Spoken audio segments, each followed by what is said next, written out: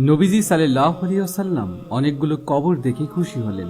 শেষমেশ একটা কবরের সামনে গেলেন। ওনার চেহারা মোবারকে ঘাম দেখা দিল। তিনি অস্থির হয়ে পড়লেন। দুশ্চিন্তায় চেহারা কালো হয়ে উঠল। হয়রান পেরেশান হয়ে গেলেন তিনি। একজন সাহাবী ওনার অবস্থা দেখে জিজ্ঞাসা করলেন, হে রাসূল সাল্লাল্লাহু আলাইহি ওয়াসাল্লাম, আপনি এত পেরেশান কেন?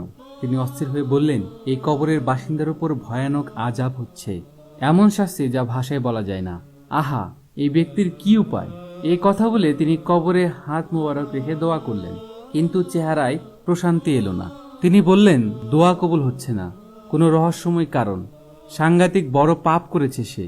হুজুর সাল্লাল্লাহু আলাইহি ওয়াসাল্লামের উপর অস্থিরতা বেড়েই চলল। তিনি বললেন, আমার উম্মতের উপর এমন কঠিন শাস্তি হচ্ছে, আর আমি বাড়ি গিয়ে ঘুমাবো? তিনি একজন সাথীকে ডেকে বললেন, যাও মদিনার বাজারে, সেখানে আওয়াজ দিয়ে বলো, যাদের আত্মীয়ের কবর এখানে রয়েছে তারা যেন নিজ নিজ আত্মীয়ের কবরের সামনে দাঁড়ায়। সবাই দাঁড়ালো, কিন্তু আশ্চর্য, এই কবরের পাশে কেউ নাই। বেদনায় নীল হয়ে গেল হুজুর সাল্লাল্লাহু আলাইহি ওয়াসাল্লাম। তার অস্থিরতা বেড়েই চলছে। অনেক পরে লাঠিতে ভর দিয়ে একজন বুড়ি এলেন। তিনি দাঁড়ালেন সেই কবরের পাশে। হুজুরে পাক সাল্লাল্লাহু আলাইহি ওয়াসাল্লাম স্বস্তির নিঃশ্বাস ফেললেন। তারপর বৃদ্ধাকে জিজ্ঞেস করলেন, এটা কার কবর? আমার ছেলের, জবাব দিলেন বৃদ্ধা। আপনার ছেলের কবরে ভয়ানক শাস্তি হচ্ছে, ইয়া রাসূলুল্লাহ, এটা কি সত্যি? সত্যি। এরপর বৃদ্ধা বললেন, শুনি আমি খুব খুশি হলাম। রাসূল সাল্লাল্লাহু আলাইহি ওয়াসাল্লাম এবং উপস্থিত সবাই খুব অবাক হলেন। একজন মা তার নিজ সন্তানের ব্যাপারে এমন করে কিভাবে কথা বলতে পারে তা তাদের মাথায় ঢুকছিল না। হুজুর সাল্লাল্লাহু আলাইহি ওয়াসাল্লাম তাকে বোঝানোর চেষ্টা করে বললেন, আল্লাহ মাফ করুন, আপনি এ কি বলছেন মা? সে আপনার সন্তান। শুনুন তাহলে হে রাসূল সাল্লাল্লাহু আলাইহি ওয়াসাল্লাম, এই বাচ্চা যখন আমার পেটে, তখন তার বাবা মারা যায়। সে পৃথিবীর মুখ দেখল, তার কেউ ছিল না। আমি নিদারুণ কষ্ট করে তিলে তিলে তাকে বড় করে তুললাম। সে বিয়ে করে স্ত্রীকে পেয়ে আমাকে অপমান অবহেলা করতে লাগলো। একদিন তার বউ কানে কানে কি যেন বলল। ছেলে রাগে অধীর হয়ে মারতে শুরু করলো আমাকে। ক্ষত বিক্ষত হয়ে গেলাম, আমি জ্ঞান হারালাম। হুঁশ ফিরলে আমি আল্লাহর কাছে দুই হাত তুলে বললাম, হে আল্লাহ, তাকে কবরে শাস্তি দিও, দুনিয়াতে দিও না। চোখের সামনে ছেলের কষ্ট সহ্য করতে পারবো না।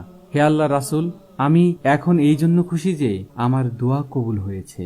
হুজুর সাল্লাল্লাহু আলাইহি ওয়াসাল্লাম অত্যাচারিতা সরল প্রাণ এই বৃদ্ধার কথা শুনে চোখের পানি চেপে ধরে রাখতে পারলেন না। উনার মুক্তার মতো অশ্রু গাল বেয়ে ফুটায় ফুটায় পড়তে লাগলো। খানিকক্ষণ পর নিজেকে সামলে নিয়ে বললেন, হে বৃদ্ধা মা, তুমি তোমার ছেলেকে ক্ষমা করো, সে ভয়াবহ শাস্তি পাচ্ছে। বৃদ্ধা বললেন, হে রাসূলুল্লাহ, অন্য কিছু বলুন, ছেলেকে ক্ষমা করতে পারবো না আমি। নিরুপায় হয়ে হুজুর সাল্লাল্লাহু আলাইহি ওয়াসাল্লাম আকাশের দিকে মুখ তুললেন, কাতর সুরে বললেন, হে আল্লাহ, এই বৃদ্ধাকে কবরের শাস্তি দেখাও। এরপরেই ঘটে গেল এক আশ্চর্য ঘটনা। বৃদ্ধার চোখ বিস্ফোরিত হলো। সে প্রাণ ফাটা চিৎকার করে বেহুশ হয়ে গেল। খানিক পর জ্ঞান ফিরল বৃদ্ধার। প্রচন্ড জ্বরে ভোগা রোগীর মতো থরথর করে কাঁদছেন তিনি। তিনি বললেন, ও খোদা, কবরের আযাব এমন ভীষণ, এমন ভয়ানক, ছেলের পুরো শরীর থেকে চামড়া উঠিয়ে নেওয়া হয়েছে, তাকে মুগুর পেটা করা হচ্ছে। হে আল্লাহ রাসূল, আমি তাকে ক্ষমা করলাম, আপনি দোয়া করুন সে যেন মুক্তি পায়। হুজুর সাল্লাল্লাহু আলাইহি সাল্লাম হাত উঠালেন। দোয়া শেষ। ওনার চেহারা উজ্জ্বল।